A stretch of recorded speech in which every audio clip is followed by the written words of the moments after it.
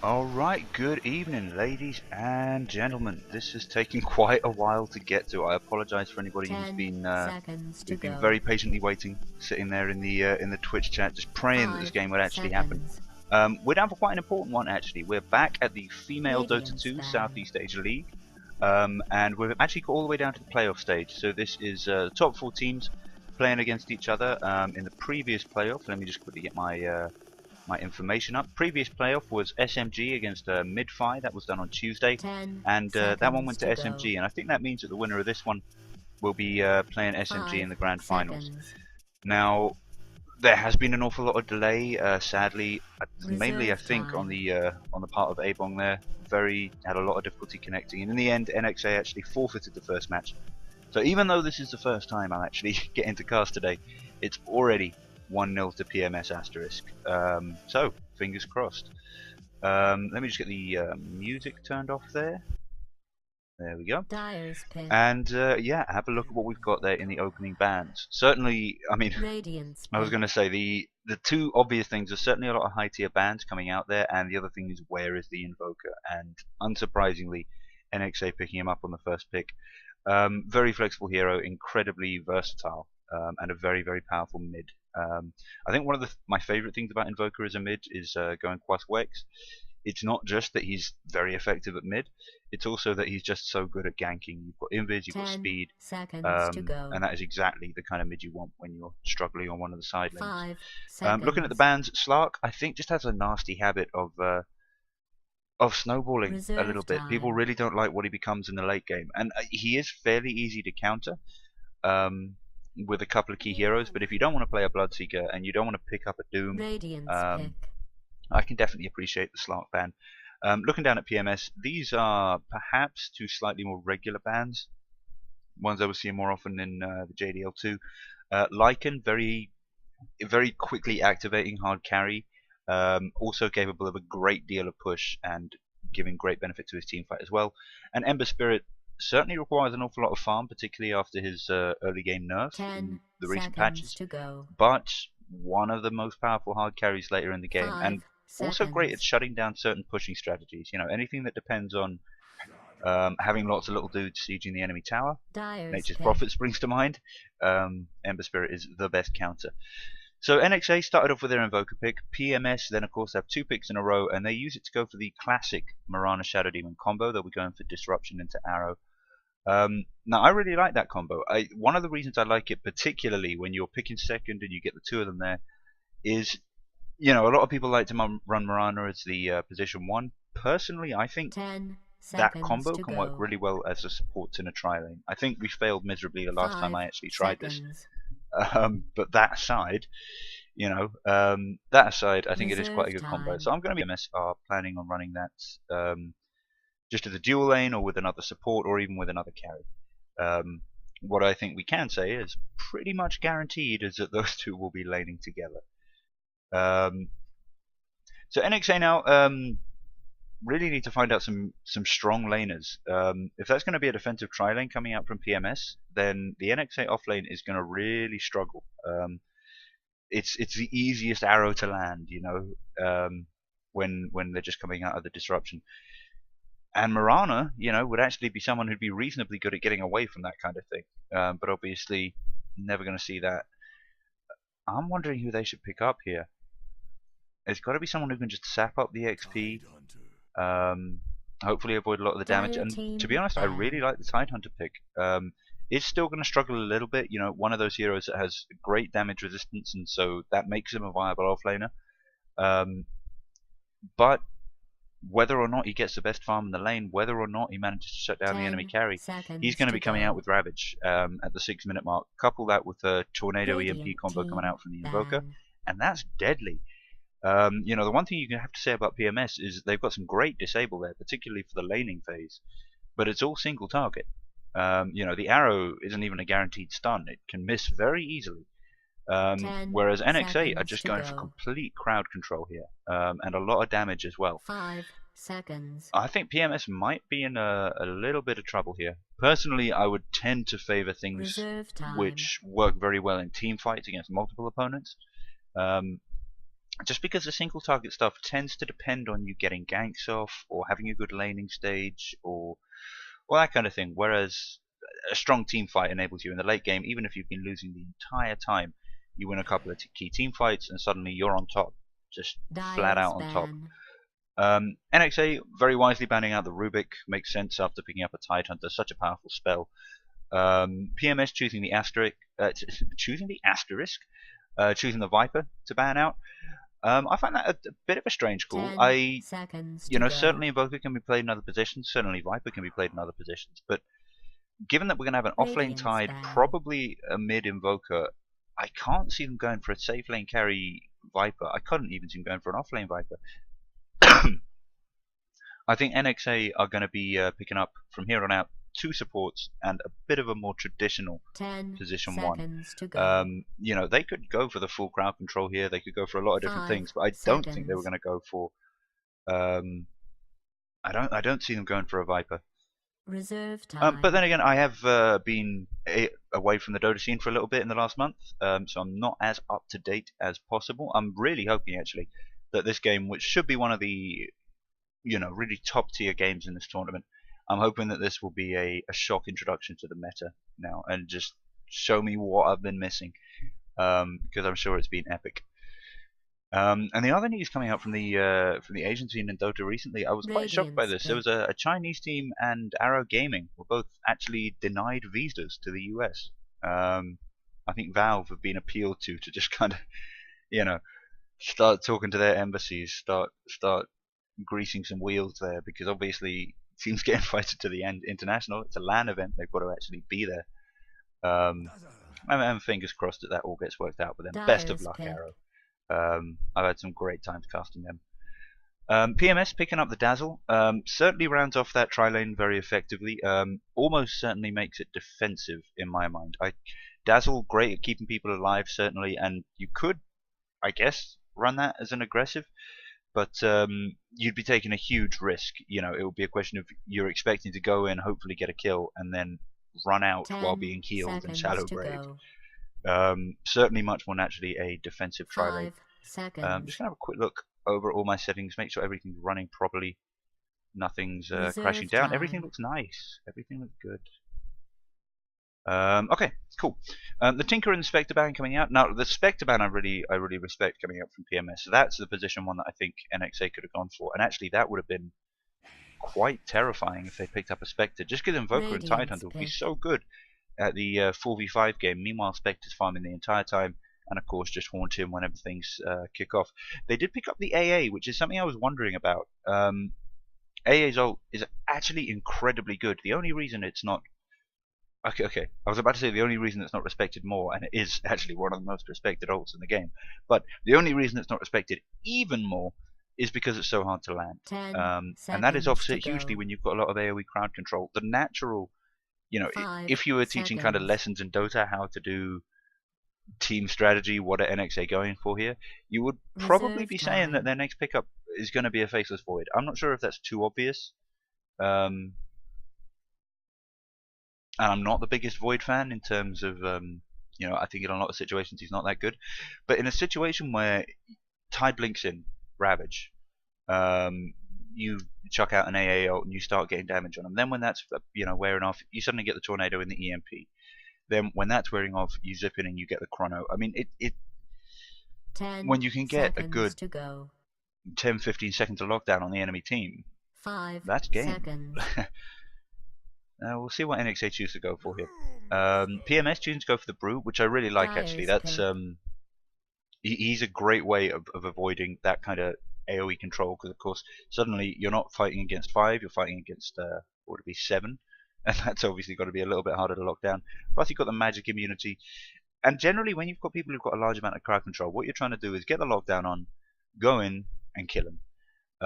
Heroes like Brew and Wraith King, who have this nasty habit of kind of coming back, can cause big problems, because by the time they come back, or in Brew's case, by the time he splits up and suddenly gets all his health back and starts being really annoying, you've started to split up a little bit, because you started to chase him down. You've used all of your big abilities. It could be tricky. It could be tricky. I do think that the Void could actually work here though, because then they can go in with the Invoker and the Tide, and they can actually just save the Chrono for when Brewmaster pops his ulti to catch a key one or for more in the chase, or the other way around, of course, go in with Chrono and follow up with Ravage. And I've got to say, I think NXA have got to be regretting banning out that Doom now, because that would actually fit with their lineup quite nicely as well, and would be a wonderful counter to the Brewmaster. The other one that I've been seeing a lot of in my games, not, as I said, I haven't been gaming up too much with the professional scene recently, would be a Bloodseeker. Wonderful counter to Mirana. 10 seconds wonderful to chase go. potential. Can be played now in a heavy carry position, in my opinion, 5 thanks to the seconds. thanks to the changes to basically the fact that the BKB no longer prevents your Blood Rage. So you've got a more than a double damage rune at any time for any one of your heavy carries, and that is just an insane, just an insane thing when you really think about it. You build damage on Bloodseeker and you are fine, and that's aside from the ridiculous movement speed, we're up to doing pure damage, healing whenever you actually get a kill in combat. It's very hard to do, but particularly when you've got this kind of lockdown and control, I really think NXA could run a Bloodseeker here. PMS anticipating my prediction of a Faceless Void, I do think it would have been quite deadly here. You've got another great combo as well in the supports that NXA have chosen, because of course Ancient Apparition Cold Feet procs a stun if you can force the enemy to stay within its area for I think 4 seconds or something. And Lion has 2 level 1 disables, very good at disabling people's movements. NXA choosing to take out the puck, anticipating a hard carry Brewmaster. I think it's actually going to be a position. I think it's actually going to be a mid Brewmaster there, with a position 1 Mirana and a offlane Centaur.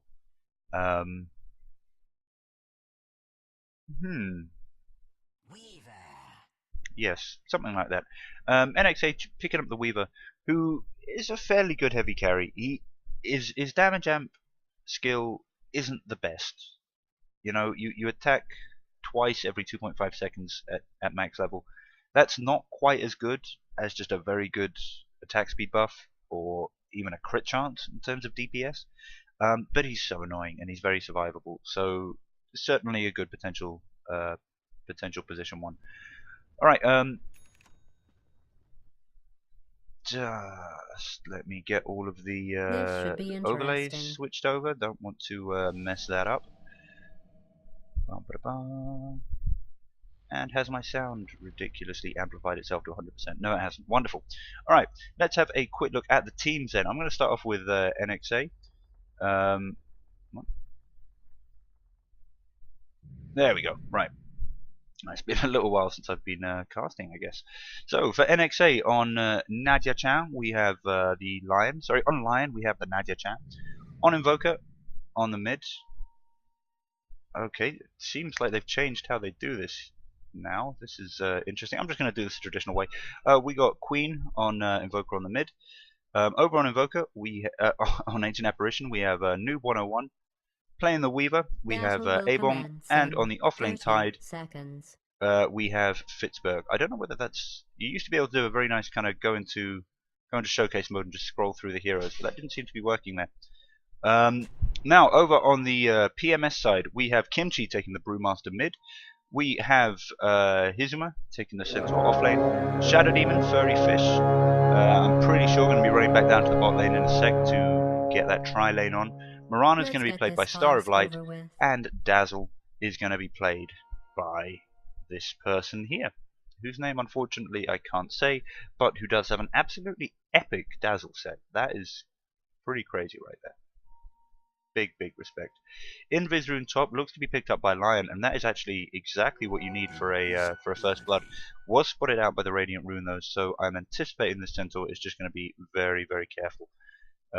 Hasn't skilled yet. He's up against a triple range lane, so he's really going to need return. He does know that Lion had that Invis rune though, so he's choosing to go for the stomp. I think just because he thinks he might be gone on here. The danger with that though is these guys are all range. it's going to be very hard for Centaur to use Stomp or Double Edge defensively, if you see what I mean. They're not going to... Whoa, Furry Fish, finishing off Tidehunter down on the offlane.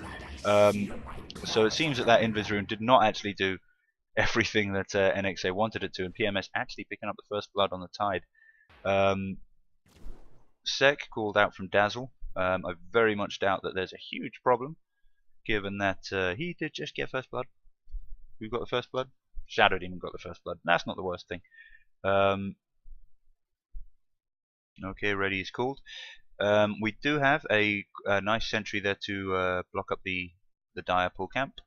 No such sentry down on the Radiant side. And I think that might be a bit of a mistake from nXa. When you've got these kind of defensive tri-lanes, if you can, getting that pull camp blocked is basically securing your farm. It's securing your level lead that you kind of need to have in an offlane to really be effective. Nice last hit there from Abong using Shikuchi. He's going to take quite a lot of her creeper ass here though, and that's not something that Weaver can really do with total impunity. Does hurt a lot. That took off probably about a quarter of his remaining health that he had at the time. But very, very skilled at hitting out a tower there. Well played. First creature spawn is finished off by the first ball. And what did that not block the camp? Because I mean, I am assuming that Central got that up there before the minute mark. But let's have a quick look up in in 10 seconds. Meanwhile, on the mid lane, let's have a quick look at the last hits denies. Weaver winning out. So on mid, it looks to be going the way of Brewmaster. Wow, 6 to 7. Invoker sitting there on 0 and 1. That is huge dominance there for Kimchi. Well played there. And yeah, this ward has failed to block the spawning there. I did think it looked a little bit strange. There's a tree you can cut down there to make some room and really get the block in. But this, FYI, for all the kids watching at home, not an effective block spot. Centaur now managing to pick up some last hits, and actually, I mean, he's 4th in the last hits table. That's not where you want your enemy offlaner to be. nXa, I think, losing quite a bit of control here. A PMS, I've cast them before in this tournament, and I was really impressed. I think they played a very solid game. So I gotta say, they are probably going to be my favourites here. I'll try and remain your unbiased neutral observer, I promise. Kimchi getting a nice little bit of harass on their mid again. And I mean, I suppose it would have to be said that, yeah, this is just mad. Weaver's certainly securing a fairly decent amount of farm. Just got a Keeler finished off. But Marana miles ahead on the farm. Oh, we do have a potential gank here on the Centaur. I'm not entirely sure why these guys aren't going for this more. I know it's tough. And honestly, if these guys just try to right-click him down, they will just be... Oh, and there's the defensive stomp. He does manage to get it. But yeah, these guys need to be a lot more aggressive here. There's the only way that they're gonna make this a win is by making sure the Centaur doesn't get whatever farm he wants. You know, they can secure the farm for the Weaver, but if Centaur's getting equal farm and better experience, this is a lost lane. They actually need to make be a bit more dominant here, and I'm really surprised they didn't try and do more with that Invis rune at the very start of the game. I did miss who picked up the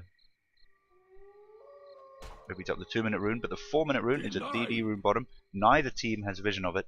Both teams know that it's not top. So with mid lane pushing out in favor of Radiant here, I'm thinking this will probably be Kimchi going down to pick up that DD, if it's not just picked up by Furry Fish here, who scouts it out with a Shadow Wave, because why the fuck not? It's beam pings. I think going to be moving over to the mid lane. It's a tricky place to gank from though, because you can't move into the mid lane without taking tower harass. It's impossible. So what they need to do is make sure that the wave is pushed out, and at the same time we've got a smoke gank coming in from the nXa supports. This could be dramatic. Lion's actually choosing to back up and head down. The ancient stack has been blocked. I suppose that's one of the other advantages for the Tide off lane, able to do that fairly effectively. And here we go with a gank on Kimchi. Lion's in. There's a cold feet, and that'll be the most significant kill of the game thus far, taking out a mid hero and the kill going to Invoker. So that'll should be a bit of a catch up there for him. still miles behind on the last hits, so it really is a catch-up rather than just a lead. Radiant's middle tower is under But hey, siege. it's not bad. Weaver actually getting decent harass onto this Centaur, but now going to take a double edge for his trouble. And both go down. Weaver managing to get the XP, Centaur dying first, gets the kill. And it's unfortunate for nXa that the supports weren't closer there. And that was hilarious in terms of, I'm pretty sure Weaver was actually killed by the return damage from the hit that killed Centaur, which is about as close as you can cut it, really. Centaur back in lane already. Looks like he's trying to build up his tranquil boots first, hoping that there'll be a blink dagger soon. It's just that with so much range on the nXa team, there's not going to be okay, some shit going on for a totally different channel. There's not going to be much opportunity for him to go on people who are naturally in his area. You know, it's all going to be ranged people miles away. So he's going to have to really get his mobility up. Sure, Stampede will help. Stampede will help a lot. But particularly if you want to initiate on that Weaver, you're going to need to just blink in and stomping. Blinking and stomping, ladies and gentlemen. Everything still looks to be okay with the stream. I'm horrifically shocked. This is the first time coming back in a couple of weeks, and nothing has gone horrifically wrong. Big gank going on the bottom lane here. We've got both supports and the mid looking to loop around behind the Tidehunter here. Meanwhile, Star of Light desperately trying to distract him a lot, but they need to do this quickly. They're not going to have the creeps under the tower for much longer. But doing it quickly doesn't appear to be much of a problem. Invoker leaping in there does get a tornado off, only hits illusion, so not going to be able to do much. Should though be able to keep the tower largely defended. Unable to pull back this last creep. There's actually a lot of damage going down. Kimchi going to take quite a bit of tower harass here. Actually, Star of Light splitting it with him. And when you split tower harass like that, actually, it basically means you can ignore it. You know, if each person loses 100, that's not a big deal. It's if one person loses 600, that's when you've got to start worrying. And it does look like they're going to try and push this tower down. And I like that strategy. You get too many times when people get a tower really close and then ignore it, and then the natural creep equilibrium sees it get into deny range without you even realizing. You know, you don't even have that information. So I like this. Secure it when they're not needed elsewhere. Centaur probably wishes his team weren't quite so distracted right now. Although he does have a chance of a kill here. Yes! Excuse me. Manages to pick off the line there. Beautiful play. Just so much early nuke coming out from the Centaur. And yeah, finished off. I like the plays. Do still have a support from an offlaner, not the best trade in the world if it wasn't for that tower being got at the bottom. And Shadow Demon now trying to keep the Dire Heroes off of top. Certainly can't shut down Weaver's farm though. And I gotta say, in the late game, I'm trying to think. I mean, I prefer what PMS are doing, as I said, in terms of pushing down the tower, securing their map control, but I do feel that nXa are doing some absolutely wonderful rotations at key times. I think Kimchi just let them get that kill mid, you know, when they were missing from top for actually quite a while.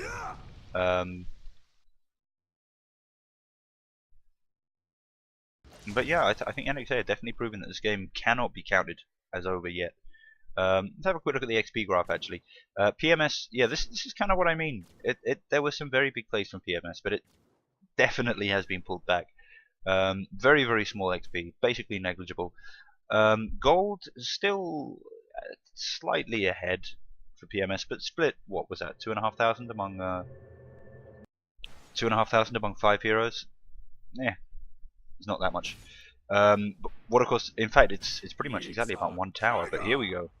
Dyer's top tower if they can make it into 2 towers, then we're starting to look at a significant lead. Nothing to worry about.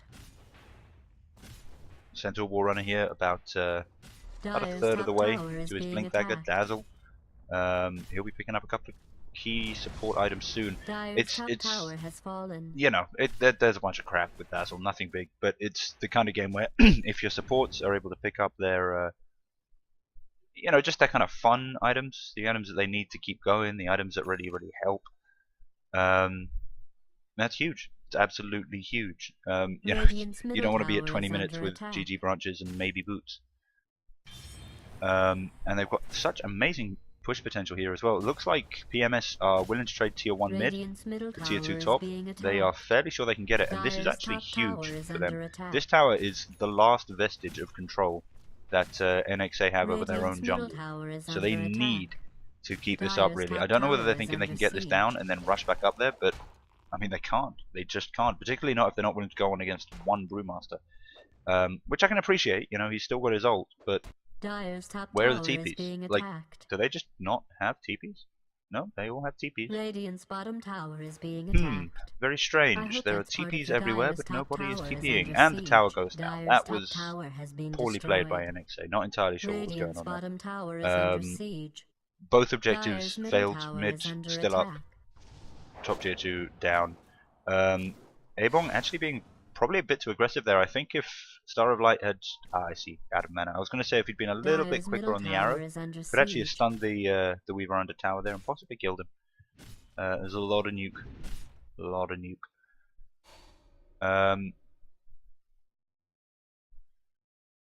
And now, I mean, what is to stop them? You know, the pushing squad up here can now just head over to the mid lane, join up with Kimchi, who's been effectively getting free farm here, despite the fact that he was trying to defend against a push. His farm has basically been undisturbed. And let's have a quick look at the items now that are coming out. Radiant's bottom tower is under Key siege. items: Mirana has her Midas, Mech will be up soon on Shadow Demon, Brewmaster has Blink, Tidehunter also has Mech. I mean, this is just big. There's no key items on the NXA side. The highest tier item we can see there is probably Phase Boots on Invoker, and it's not a good look, bros. Having a look at the net worth, top 2 slots, both taken by Radiant heroes. Does look like they've got a a decent amount of defense though for this tier 1 mid. We do of course have Ravage. Invoker is lining up Tornado EMP. Yep, they're going for a CC team fight here. AA, honestly, I think should be back at the tier 2, if only to make sure that his ult gets a slightly higher radius. But c'est la vie. There's the Tornado EMP. It is going to totally burn off Brewmaster's mana, and that is going to make this push a little bit riskier for Radiant, but they do have the tower incredibly low already. I think it's certainly within their rights to just try and take it down. And one very important fact for Sentinel pushing, in addition to his amazing wave clearance, Return does full damage to towers. Full damage. It's absolutely insane. Weaver getting caught out under the tower by a beautiful play from Star of Light. Came up from behind. I think he was mid-cast animation for the time lapse. But it's just not enough. Absolutely insane ancient stack going on here from Tide. I mean, he's just got his 6. It's not a good look. Big leap in there from Centaur. He's managed to hit the Invoker. Stampede is dropped as well. There's Tornado. It's used purely defensively by the Invoker, which actually limits their teamfight ability quite significantly. Here comes Tide. He's come in with the Ravage, but it's basically wasted. There's no one here to follow it up. And that was actually, I think, a big misplay. Lion now having to run for his life. Probably could even just be killed by the Radiance burn if nothing else. I think that was actually quite a big mistake there from Tide. Without anybody to follow up, there's just no point in using the Ravage, and there's every reason not to. 126 seconds before they can do their proper combo again, and both of the elements of it were effectively wasted there just by not being done together. I think what Tide needed there was a little bit more communication with the teammates, work out that there actually wasn't anybody around there who could follow him in, and then not do it. Concentrate on defending the tower, and of course the tower is still up. That's not worthless at all. But wouldn't have said the best trade either. NXA here, possibly in trouble as Kimchi goes after Noob 101. Does manage to take him out here. Here's Queen. Are they going to manage to get the stomp? They're being very, very bold here. Shizuma actually possibly in a little bit of trouble. Not entirely sure where the rest of the team is. This is like an ideal time to kill these carries, as they just... I don't want to say trolling, but it's the kind of play you get when you're feeling very, very confident. Let's just put it that way. It's actually the kind of play you expect quite a lot from a Weaver, now that I think about it. But yeah, nothing to say that Brewmaster can't do it as well. I'm not a racist. Weaver wants to get the bot tier 1. I don't think it's a terrible plan. but I think there's some slightly more important things going on mid. The Weaver's farm as well is kind of critical. You know, basically he has nothing at this stage, not even the perseverance for a Lincoln's, so it's way too late to be considering that. But you know, what do you do? So easily shut down by magic. Does manage to get the tower there, well played. Very easily shut down by magic, very squishy, but needs the entire point of a Weaver is to nip in and do high amounts of damage. And that's kind of the big problem. When you bet on a Weaver, you're betting on getting them farm. And I don't think that's happened here for poor little Abong. Even though he's sitting at 3rd in net worth. Let's have a quick look at last hits. Actually got the most last hits, which is not bad, all things considered. But it's you can see the problems. You can see the problems. I assume we've got a Weaver here going for BKB. I was going to say that the only real option he's got at this stage, and it's far from ideal, is to go for the BKB rather than the Lincolns, or potentially even slightly more effective here. I think it might block more of the spells than Lincolns does. The difficulty with that for a Weaver is you get a bit more of the damage, you get a bit more of the tank, but you're also looking at less mana regen, and mana regen is critical. He does just manage to evade a bit of a smoke gank there from the PMS side, which was very well done by him. Smoke is still up. The wards are going up now. That one's actually spotted out, but unfortunately nXa don't have an observer up there to take advantage of that. And actually those kind of plays can be quite significant, just where you force the entire enemy team to go up and try and gank you, and then you get out by the skin of your teeth. That's actually a lot of time wasted for them. It's very hard to do right, but that's why being aggressive is good, I think, more than the fact that aggression nets you anything else. It forces the other team to try and respond to you, and if you can do that without dying, then they're wasting time. Even if you don't get towers, even if you don't, you know, even if it looks like they're winning sometimes, even if they are ahead on kills because they're finishing you off. If you're forcing them to be 5 while you're 3, and your other 2 are farming, you win. We do have a Ravage here. There it is. It's popped out. Hits only the 2 supports, I think. Stampede popped out immediately as well. Now Shizuma looking to take out some revenge here. Lion enabling most of the Dire team to get out there thanks to a very nice Earth Spike. But there's just so much damage coming in. Shadow Demon and Invoker now both down. Centaur's finished off finally. Abong desperately trying to take out Kimchi. Does have Time Warp to get his health back. I think they might just get him here if they're careful, but he does have a double damager and they're going to have to be careful. There's Shikuchi, one more hit. It's got to be quick. There it is. Well played from them. That's only 424 gold. I'm actually quite surprised. I would have thought that would have been more. And Mirana, given that she's got 0 mana, not enough for leap. There's a leap. And the tower is destroyed by the radiant. Oh, you Catty the Catapult. You little bastard.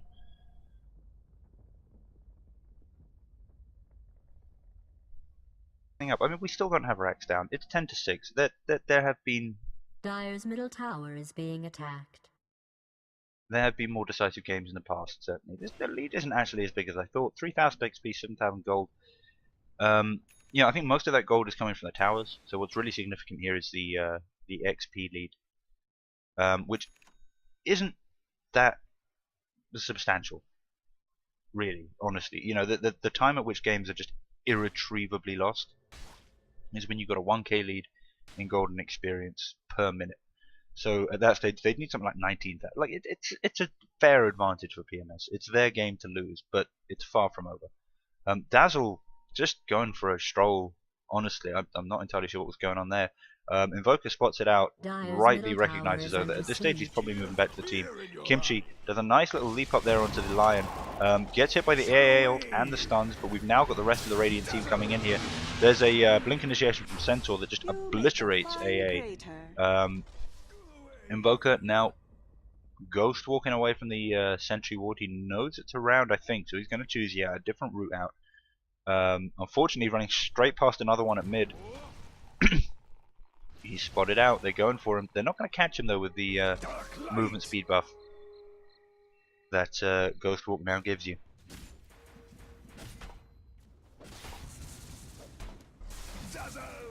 PMS now looking very, very serious about this mid tower. Ravage is up again though. They've got to be aware of that. There is a potential here for a team fight. Oh wow. Looks like Ravage there went down purely on the Brewmaster, who dodged 100% of it with a very nice ult just to dodge the damage.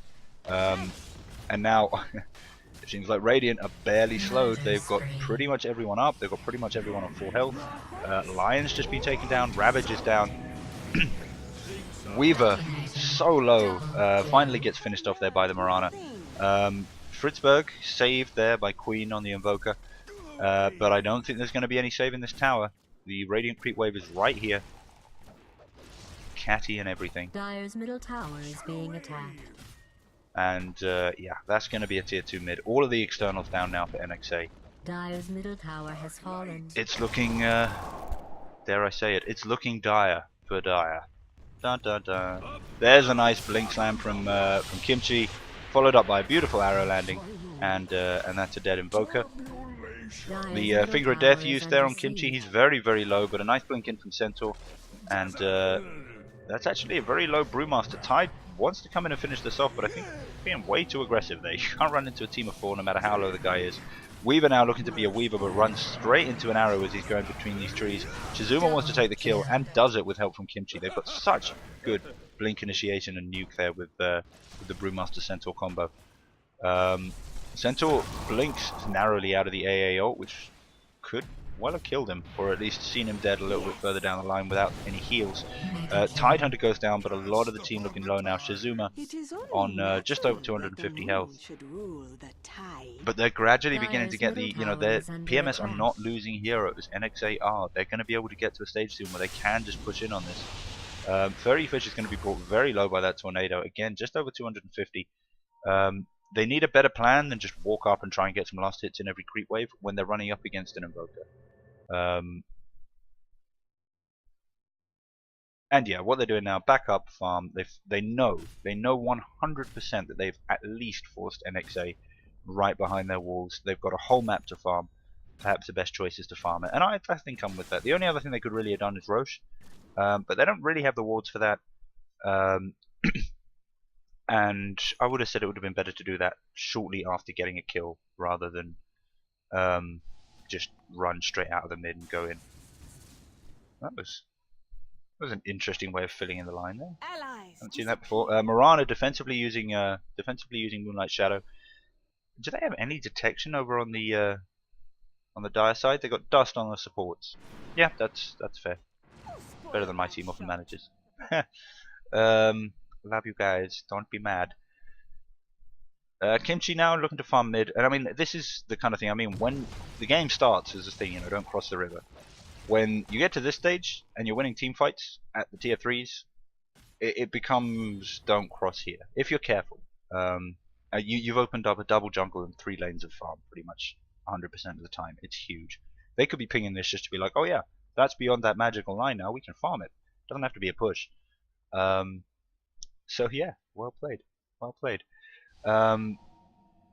Weaver looking to get some decent farm, and I think actually the main objective for Weaver is shut down Mirana a little bit. I don't know. It's hard to call who's got the late game here. I mean, okay. PMS have a huge lead and are very far ahead, so they probably do have the late game. But I just mean in terms of the draft.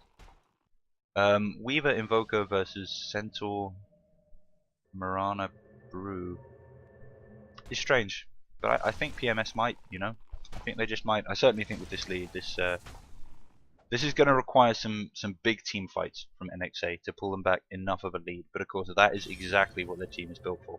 The difficulty they're going to have is PMS basically have an entire team of initiators, and it's kind of strange. I get, you know, nXa are better once they initiate, but they're actually not as good at initiating. They got Tide on Blink. They got the Tornado, which is kind of hard to hit, and especially very hard to hit the entire enemy team. It's all kind of tricky. Very effective if you can land it, but very, very hard to pull off. Whereas PMS, it's just blink in from Centaur, stomp. Blink in from Brewmaster, stomp. If anything goes wrong, you've got the Mirana invis.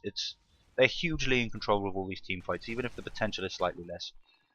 Weaver finishing up the BKB there. It's quite a significant item for him, given just how much magic is being dished out by PMS. PMS choosing to just quickly nip into the roast pit. Why not, eh? Why not? I am wondering whether it's going to end up sacrificing them their tier 2 bottom. Kind of depends on how much mana Weaver is willing to waste in this push. It should be a lot. Save the bug wave for when this wave is dead, and then as the other one is coming up, bug them so that they get stopped here, and these creeps can just attack the tower. But Weaver's actually doing to back out, and that I don't agree with. You know, if they know they're doing Roche, then give it up. Roche is down. Push the tower. If you're worried about pushing top, then TP top. If you want to farm, then go farm. But just kind of passively backing up the lane doesn't help at all. And now you've got this situation, like, that's not how you push with Weaver. Much love, much respect, lots of stuff going on, hard to keep track of, but that's not the ideal way to push with Weaver. Radiant's bottom tower is under siege. And it does look like we're looking at just a big push from PMS top here. Radiant's bottom tower is being attacked. I certainly think with that Aegis they can do this. Weaver I don't care either. Does have a TP, but I mean, honestly, I think PMS now are in a situation where they can just force a fight top, win it. I mean, with their nuke, they can go in and kill the Tide before the Weaver, even if the Weaver TP's back immediately after the blink. They can finish off the Tide before Weaver's back, without a doubt. Let's see if they're going to do it. Radiant's bottom tower is under siege. They're going in. Weaver's not TPing yet. Might have just started to TP. The Ravage does. They do manage to get the Ravage down. Oh, and Tide is just finished off. So is Shadow Demon though. Did take Finger of Death to kill him. The Central Stomp stops the Invoker TP. Weaver there pops his BKB. It's actually doing an awful lot of work here. Able to avoid a lot of the damage. And now looking to get pickoffs really. You can see the Mirana is very, very low. Doesn't have the mana for leap. Oh, did have the mana for leap, my bad. BKB has worn off though. And Kimchi would be a much more You're safe. A much nicer kill. Kimchi's going all ham. I think that might actually have been the sign to run away, bro. The Aegis is up, but this is now tricky. The only person he's got here to try and help him is Dazzle. He's got his blink. That goes down. Here comes Dazzle again. Drops a slowdown on the Tide Hunter. There's no way they're saving this Kimchi. Maximum respect for trying, Dazzle. Really hope you don't die as well. Manages to get the TP out. So yeah, okay, I mean a better response there than I was expecting from nXa. I do feel that if PMS had been a little bit more focused there, like the Tide, the Tide of the Brew blinked in, started going on the let me just rearrange my thoughts for a minute. Right, yeah, the Brewmaster of the Center was blinking in on the Tide, doing a great job shutting him down. Mirana arrow landed as well, which was perfect backup for it. But they didn't manage to kill him before Ravage. If they had, that would have been a lot less damage and a lot more, a lot less stun, just straight up stun. Shizuma, oh, actually would have landed a two-person stun there if it hadn't been for the disruption. But I'm sure we forgive it. Queen pops his invis. There's the stun from Lion, trying to support, but just not quite enough damage up against the ridiculous operation of Shadow Demon poison. It really is just an unnecessarily complicated poison. But we love Dota for its complicatedness. So 3 of the nXa heroes down now. I guess they were hoping that was their time to try and at least get down to towers, try and secure a little bit more gold for the team. Unfortunately, looks like it was their time to die. We've now got a 12,000 gold lead for PMS. We have a even large lead in XP, and I did say those the wrong way around, so that's a thing. Pipe is popped as Radiant now really start going ham on this tower. Centaur not even bothering to move forward and pick up the tower aggro for the return damage. He's fairly confident here. We do have Queen coming in. There'll be an EMP. Where's the Tornado? There's the Ravage. They do manage to catch Kimchi. He's had a lot of his mana burned there, and down immediately. We're finally seeing some of the team fight promise that nXa have had all game coming out. The BKB is forced out of Mirana. Dazzle in real trouble here. Not going to be able to get out of that. I can basically guarantee it. There it is. Easy pickoff. Weaver gets hit by a by quite a nice arrow there, but Star of Light now silenced, in real trouble. And could this be the comeback from NXA? I mean, I've been saying it all game. The potential on their team is probably even bigger than PMS. And PMS really seem to be having trouble pushing the high ground, where NXA know where they're going, know when they're going, and are able to control it a little bit more. Much harder to initiate up onto the high ground, and much easier to counter-initiate, and that is responding to exactly the difficulties which NXA were having throughout this entire game. Shizuma here. Would love to get a blink out, but it would be insane. No, it wouldn't, apparently. One more hit, and that would have been a dead Weaver, which is a little bit unfortunate given that he did have Brewmaster right there to come in and try and help. Abong, a little bit over bold here, buddy. No, I'm wrong. Beautiful time lapse, and that'll be him getting out. Brewmaster needs to micro these things. Yep, there's the stun. He's got to kill this quickly, then he can get the courier as well. Oh, the courier! Oh no, Lion's there to guard the courier. Screw AA. Guard the courier. Weaver almost down, but not quite. And again, you know, that didn't go that badly. That was fairly well played from nXa in getting out of that. But when you're talking about your position 1 being brought down to practically dead and one of your supports dying for nothing in return being fairly good, you're probably not talking about the best game of your life. Shizuma gets a nice blink out on the Invoker, who is probably been the biggest pain. Ravage isn't up for another 28 seconds, so this should be Rax. This should definitely be Rax. I'm not even sure what Tidehunter wants to achieve here. I think the... Where are you going, PMS? Oh, buyback from Invoker. Okay, no, well played, well played. How did I miss that? They're in the middle of a game, and they notice the buyback, and I don't notice the buyback. That's despicable. My apologies. I'm hideously ashamed. I do like this ward coming out from PMS, and that ward. I like that as well. As I was saying, that what they're struggling with is getting onto the high ground. When they've got these wards up, that responds exactly to the problem they're having. That was why Centaur was able to blink up there onto the Invoker, and get that first kill. Unlucky dewarding. That's all I'm gonna say. Just the unluck. The unluck is real. I'm just gonna have a quick drink while it looks like people are not murdering each other, because my throat is beginning to die.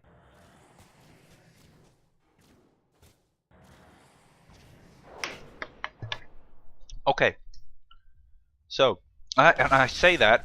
Oh jeez. I think I found like the first time in the game when I can genuinely just fucking have a drink.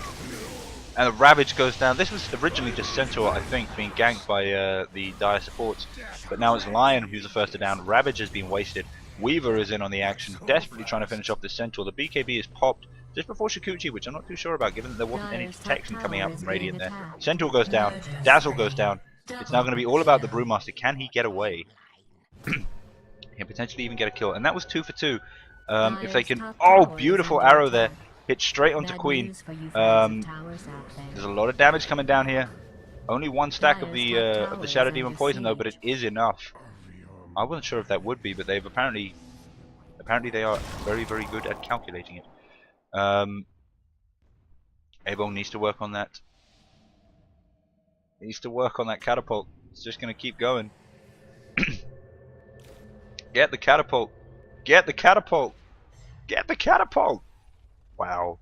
Okay, well, 27 health. That's still a tower, I guess. Technically. Not the kind of tower you want. PMS, their 2 are actually going to be back long before the Invoker is. Of course, Centaur is going to have to run the whole way up the lane. It's going to be a bit annoying. Centaur now about 1.5k off finishing off his heart. That is going to be very, very difficult because they're trying to invest. If you watch the way nXa are playing, they're investing quite a lot of the time, especially the Weaver's time, to try and finish off that Centaur. He's a hero that's very easy to kind of almost kill, and they really don't want that to happen. They want to make sure that they actually secure these kills.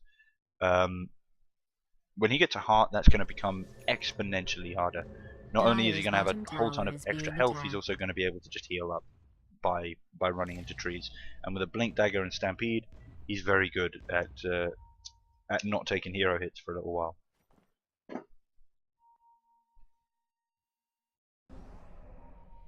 But still, 35 minutes in, I would have thought we'd have seen a Rax by now. I wouldn't say I'm shocked that we haven't, but I'm surprised. I'm surprised. Middle barracks is under attack. Centaur here, looking for the blink. Just getting a bit of right-click damage down on the ranged. I was going to say, on the melee, on the ranged Rax. Thank you very much. They do also have creep in on the mid, so there shouldn't be any backdoor protection. The glyph is forced out. Shizuma gets hexed, and there's going to be an earth spike to follow it up as well. Or not, as well. That's also possible.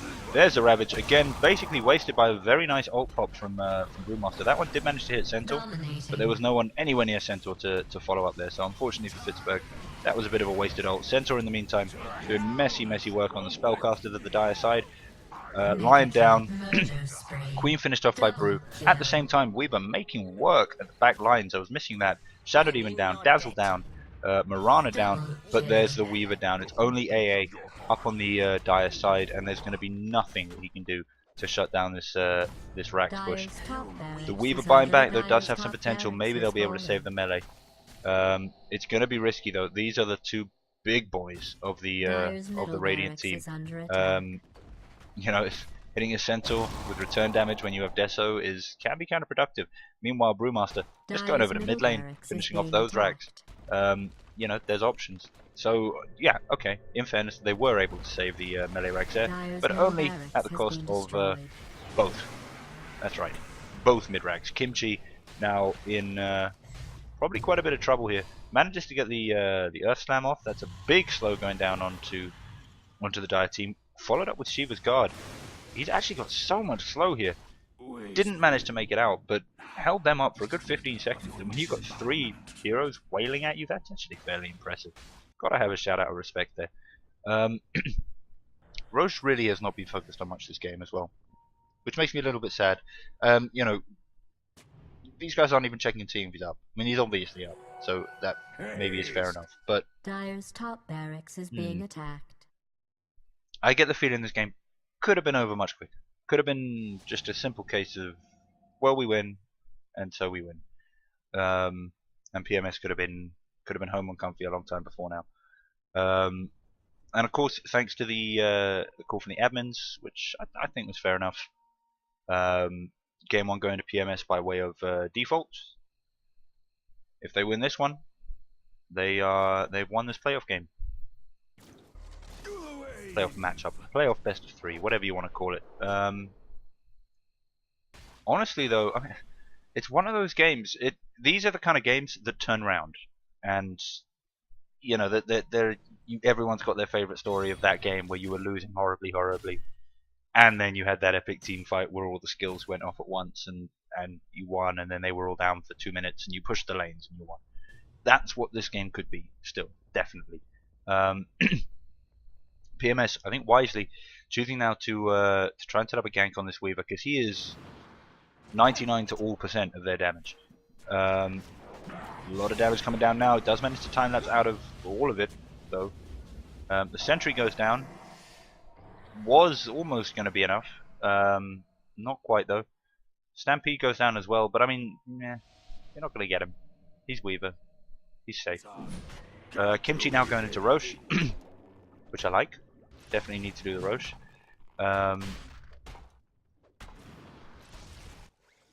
Arrow coming in as well to back it up. Lion, I'm hoping, has realised what's going on here. Nope, just getting up a quick ward. Which again, I swear to God, they need to up the range on sentry wards, because I see this like all the time, all the freaking time. We had it earlier over here, and honestly, I think sentry ward should have a huge range, like longer than obs, personally, just because they don't give you any vision, but they're kind of utility. You've got to be skilled in putting them down at the right times in the right places. So be generous. Like, you know, if someone's got the mental awareness to drop a sentry in the middle of a team fight, you don't want it to be something that Weaver can just nip out of in half a second. I don't know. I think they're a bit underpowered at the moment. And this is just, like what? For 200 gold? Come on, Valve. Now, I mean, this is This is interesting. This is what I call Broodmother play, because I love Broodmother. This is you have one person on one lane just distracting as many of the enemy as possible. And then the rest of your team pushes somewhere else, and you get this kind of pattern. Now nXa are going to come down here, because obviously you want to defend the last full lane of Brax. And the minute they do so, here comes Centaur. And that'll be some damage on the melee racks. And yeah, they'll send somebody up here, but okay, it's a Weaver, so that means that you're fighting this 4v4 without your heavy carry. It's not ideal. Invoker there lifted up by the Brewmaster. Assume that was the Brewmaster. Yeah. Star of Light though getting lots of damage come out from the Lion, but pretty much all of his abilities are used now just to pop the Aegis. Brewmaster coming straight back in. Centaur I think is on the way to join the fight as well. Here he is. He's waiting for the blink on the Invoker, I want to say. Or possibly the Weaver, waiting for the BKB to wear off. I'm not entirely sure, but he's got to do something. What on earth was that? You're under the tower, bro. They can see you. Get the blink, please. Blink! Yes! There it is. And the double edge. Lots of damage down. And screw you, mages. That's the last tier 3 down. I think this has got to be GG. Up to nXa when they call it. But it'll be Mega Magus soon. Weaver wants to come in and have another go. But there's the blink. There's a disruption. Actually, not the best disruption there. That one was one which possibly held up more than it helped. Another blink, getting some nice body blocking in. You've got to do a lot of damage to Tide though. You've got to do an awful lot of damage. Like the arrow, no. GG called from nXa, and GG it was. I mean, that was very, very well fought. Much closer than it looked here. Much, much closer.